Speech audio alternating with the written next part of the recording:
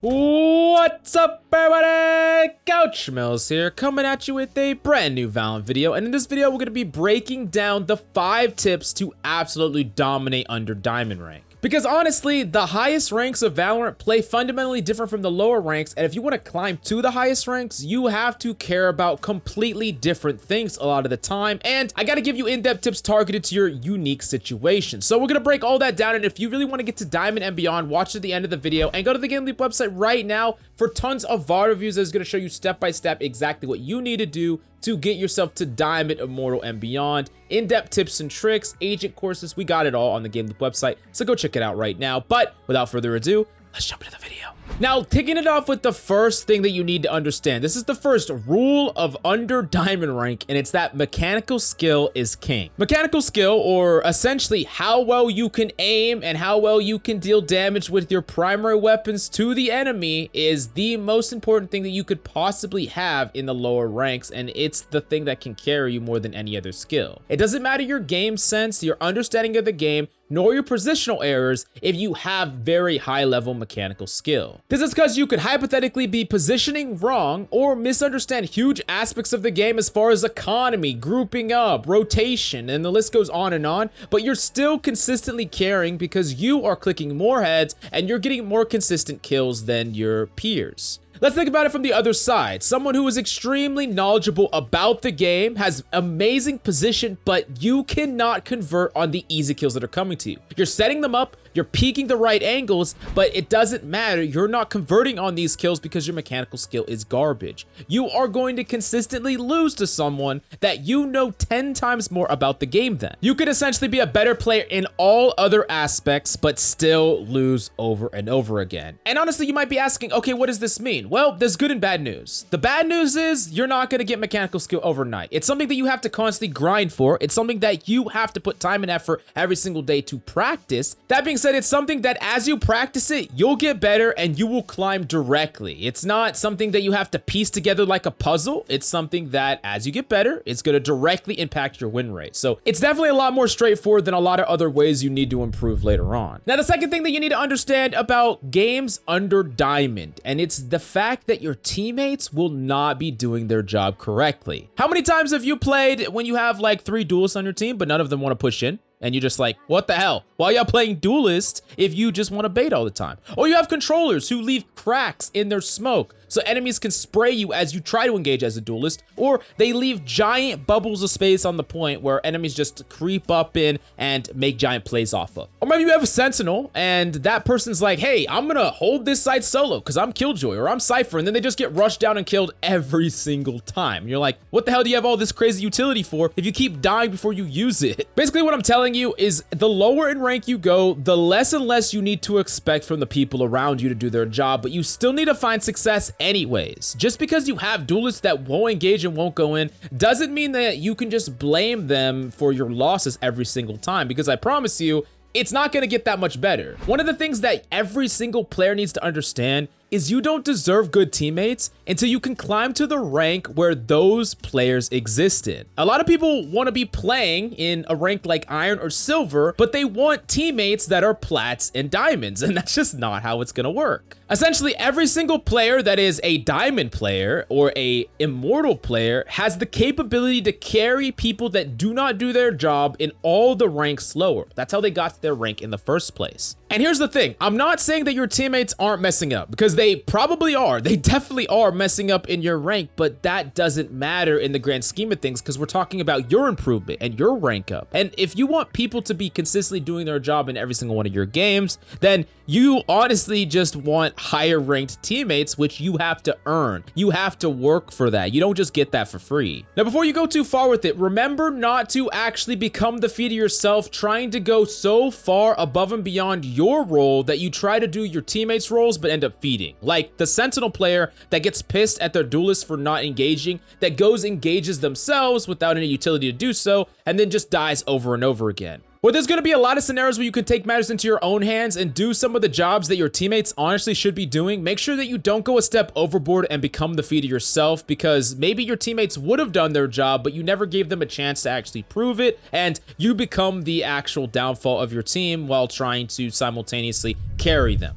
Now, the next thing that you need to understand about ranks under Diamond, and this is a really important detail that as you climb higher, you don't have to deal with this as much, but it pretty much exists everywhere in some capacity, and it's the fact that information is given up for absolutely free, and a lot of times you don't know about it. One of the perfect examples of this is having a teammate that they're on defense and they're playing something like Garage on Haven, right? And many times when there's a little bit of pressure anywhere around the map, this person will leave, this person will wrap around, go CT, go help a teammate, whatever the case may be, but they won't communicate that they left. They will leave for far too long. They rotated too soon, and there's like a giant gap of information that none of your teammates know about. And this could be a really big liability because you could get flanked, you could get cut off during rotation where you're not even ready to fight. You don't know where to pre-aim because you don't know where enemies are, and no one is talking, so you never know what places you have to be careful about rotating through or you're safe to rotate through, and it can be incredibly frustrating. Now, there's two easy solutions for this that basically you have to incorporate in your games if you want any shot of winning them and not get flanked all the damn time. The first thing is to never assume space is secure unless you absolutely know. Do you know for a fact that your teammate never left mid? If you know that for a fact, then you can assume that no enemies push through mid, correct? But if you don't know for a fact that your ally has stayed in mid, then do not assume that the space is secure. This might seem pretty obvious, but really it's not, because a lot of people assume that just because an ally is near mid or they were at mid, that mid is secure, which is never the case. It's not the case at all unless your teammate is legitimately making sure that that space is not taken by an enemy, which as you get lower and lower rank, people not only don't do this, but they don't even recognize that this is their job to do.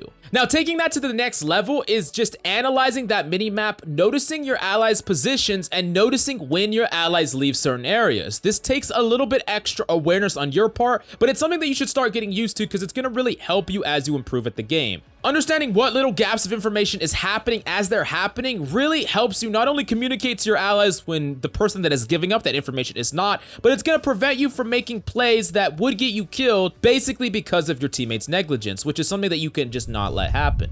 Now, the next thing that we need to talk about is focusing on your own game and improvement. And this is something that is so damn important when you get random teammates that just don't do their job or they're toxic. You got RNG, you got Smurfs on the enemy team. It can just be a complete mess sometimes. And sometimes you feel like your impact doesn't really matter that much. Well, there's two things that you really need to understand. And the first one is focusing on yourself and your improvement is always going to be a win at the end of the day. If you are becoming better, if you are trying to focus on your individual mistakes, not caring really what your teammates are doing, not really caring about the scoreboard, you are eventually going to get the wins that you want down the line. Now, they might not happen right then and there, and there's going to be some games that are unwinnable because you have teammates that are obviously way higher ranked than they deserve, or they're not playing very well, and the enemy has people that are just popping off or they're Smurfs. Now, that doesn't matter though, because you're still improving, you're still focusing on what you can do to make a difference. And like I said, eventually that will pay off down the line, even if you might get frustrated and tilted in the moment. As long as you take a longer view or a more broad view of the situation, it's going to help you really keep your mentality in order so that you can keep playing game after game. You don't get tilted, you don't give up, and you don't let these tiny losses that really, unfortunately, you got pretty unlucky, and you don't let them get to you.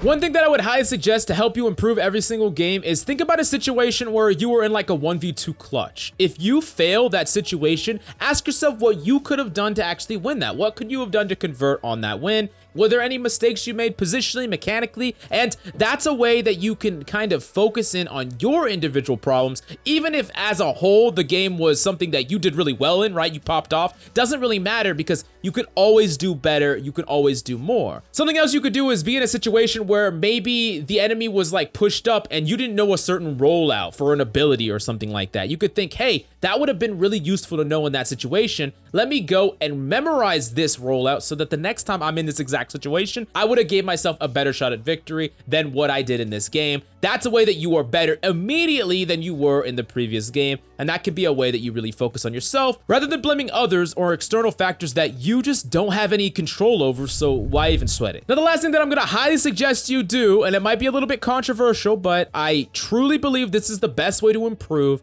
is hone yourself in a small agent pool. Typically, typically 3 agents max, but honestly, the smaller you can get it, the better. 1 agent pool can be kind of a liability because there's going to be a percentage of games where your agent gets auto-locked and you're kind of throwing because you're on an agent you don't know how to play at all. So I think 2 is like bare minimum, but 3 is maximum, like you really want 2 or 3. Now, one thing that you could do to hone that small agent pool is to watch streamers. Make sure that you understand what they're doing in their games, how they're clutching, how they're using their abilities, their rollouts, their combos. Things like that is really important for you to start to develop, and one of the best ways to do that is by watching streamers play your agent. But ultimately, the reason you're playing such a small agent pool is you're trying to become extremely competent at your select agents, and there's so much to learn with every single one, and there's always ways you can improve your ability use and your positioning with every single agent that I think it's unrealistic to try to improve at all the agents all at once. Sure, you're still improving things like gunplay, but the way that you would take duels, the way you engage, the way you fight, how you take a duel is just fundamentally different from every single agent from one another because they have different tools. This is why I would highly suggest minimizing your agent pool. And here's the controversial part: do not always fill. If you want to become a diamond or an immortal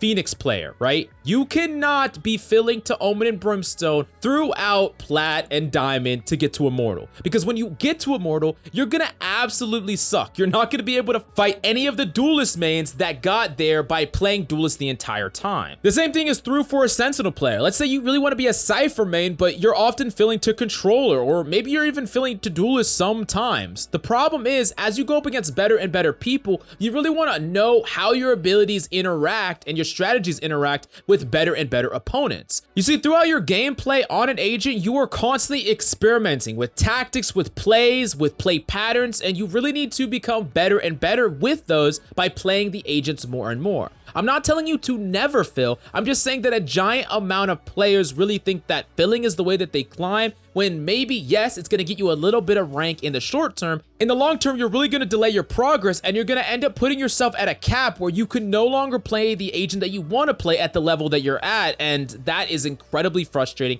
I promise you, this is one of the most important tips in the entire video. But I hope you enjoyed the video. Ask me any questions that you have for me down below, and go to the GameLeap website in the links down below for in-depth guides, VOD reviews, tips, and tricks. We got so much content on the GameLeap website that if you really want some advanced guides, you got to go check it out right now down below. But thank you so much for coming by. Hope you enjoyed the video. I love your faces, and I'll see you next time.